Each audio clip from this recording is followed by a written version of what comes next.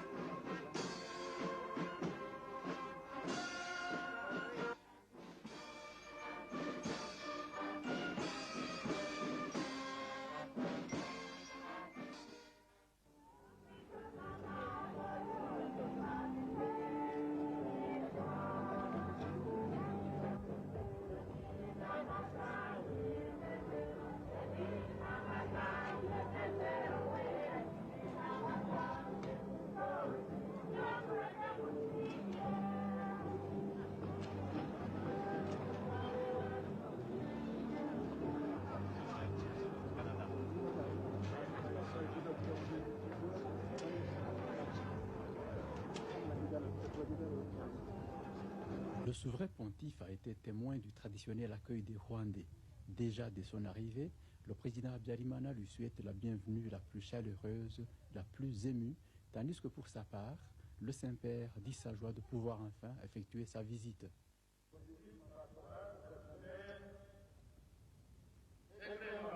La conscience des chrétiens, de tous les gens de bonne volonté de notre pays, pour que nous puissions en sortir victorieux.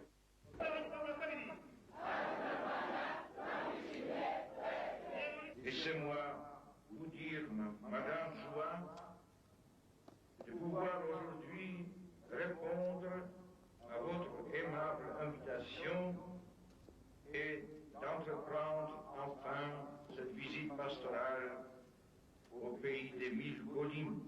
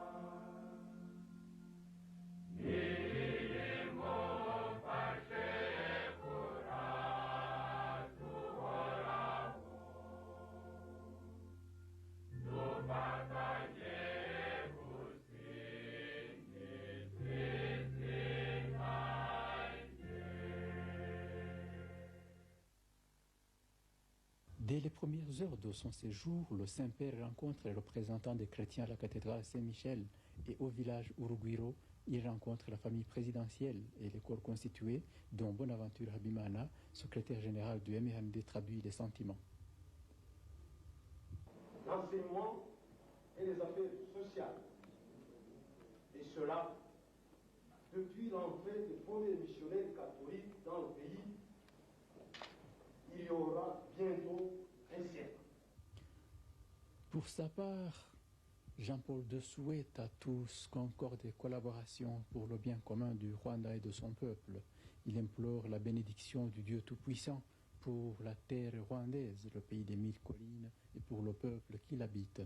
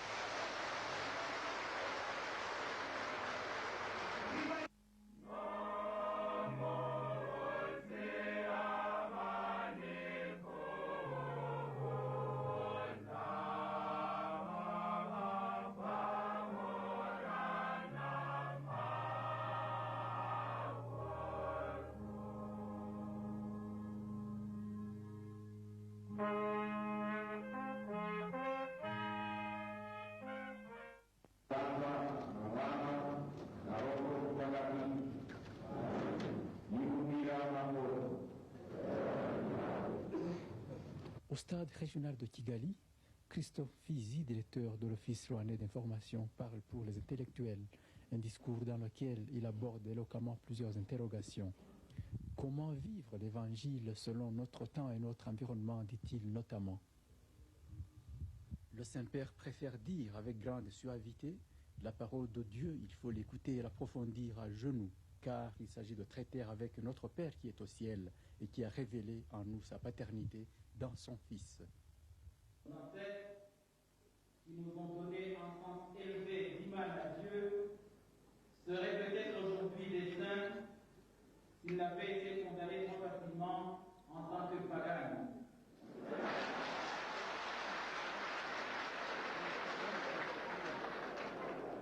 Faudra-t-il donc attendre de semblants martyrs pour que les Rwandais accèdent à la béatification et à la canonisation qui semble consacrer le monopole de culture à produire des modèles?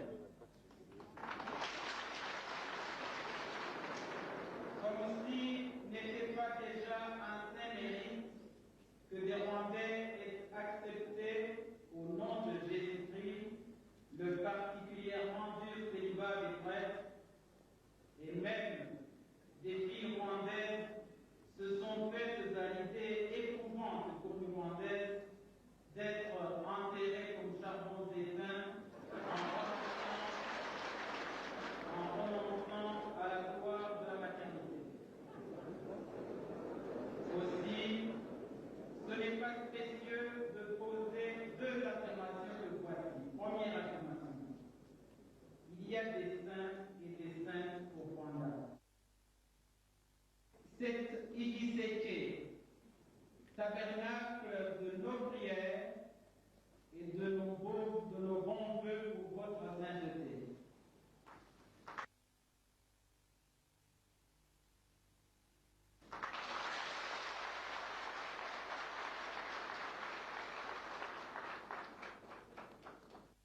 Un des désirs que je porte dans mon cœur est de pouvoir béatifier ou canoniser le plus tôt possible.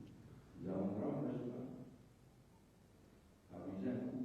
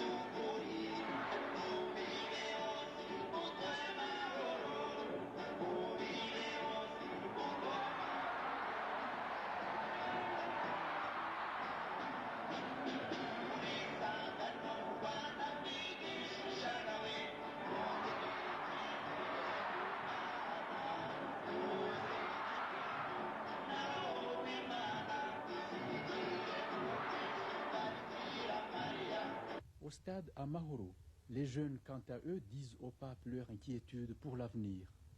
Saint-Père, à un ami, on ne cache rien. Avec un ami, on se dit, tu es notre ami. Et nous pouvons te dire nos problèmes, nos blessures, nos idéaux. Nous sommes une jeunesse qui parfois se demande pourquoi vivre si le chômage nous accable. Pourquoi vivre si la société nous guette avec la corruption, l'avortement, la démagogie, la démocratie, la pauvreté, le manque de terre, la misère, l'ignorance, l'analphabétisme, le manque de respect. Pourquoi vivre alors que l'injustice divise notre conscience?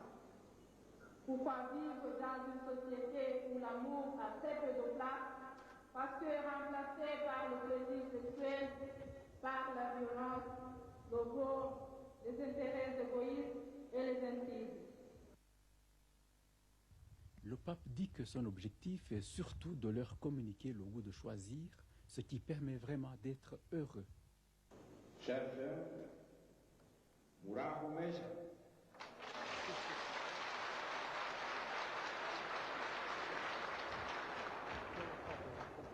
Évidemment, il ne sera pas possible de répondre à toutes vos questions. Il faudrait peut-être écrire un traité, un grand livre, mais vous découvrirez progressivement les réponses que vous cherchez avec l'aide de vos amis, de vos aînés, de vos prêtres. Ils ont mission de vous accompagner dans votre croissance spirituelle, dit le pape. Je connais vos difficultés, la pauvreté, le manque de terre, le chômage, le racisme, le régionalisme, le libertinage sexuel, les séductions des faux messies. Mais il faut commencer par se changer soi-même, insiste le pape. Nyandungu, une célébration de l'Eucharistie qu'on n'aura jamais vue auparavant à Kigali. Une liturgie animée, une sécurité imperméable, un rassemblement colossal. Dans son homélie, le Saint-Père insiste sur la famille et l'amour des époux, la paternité et la maternité responsables et les rapports entre les parents et les enfants.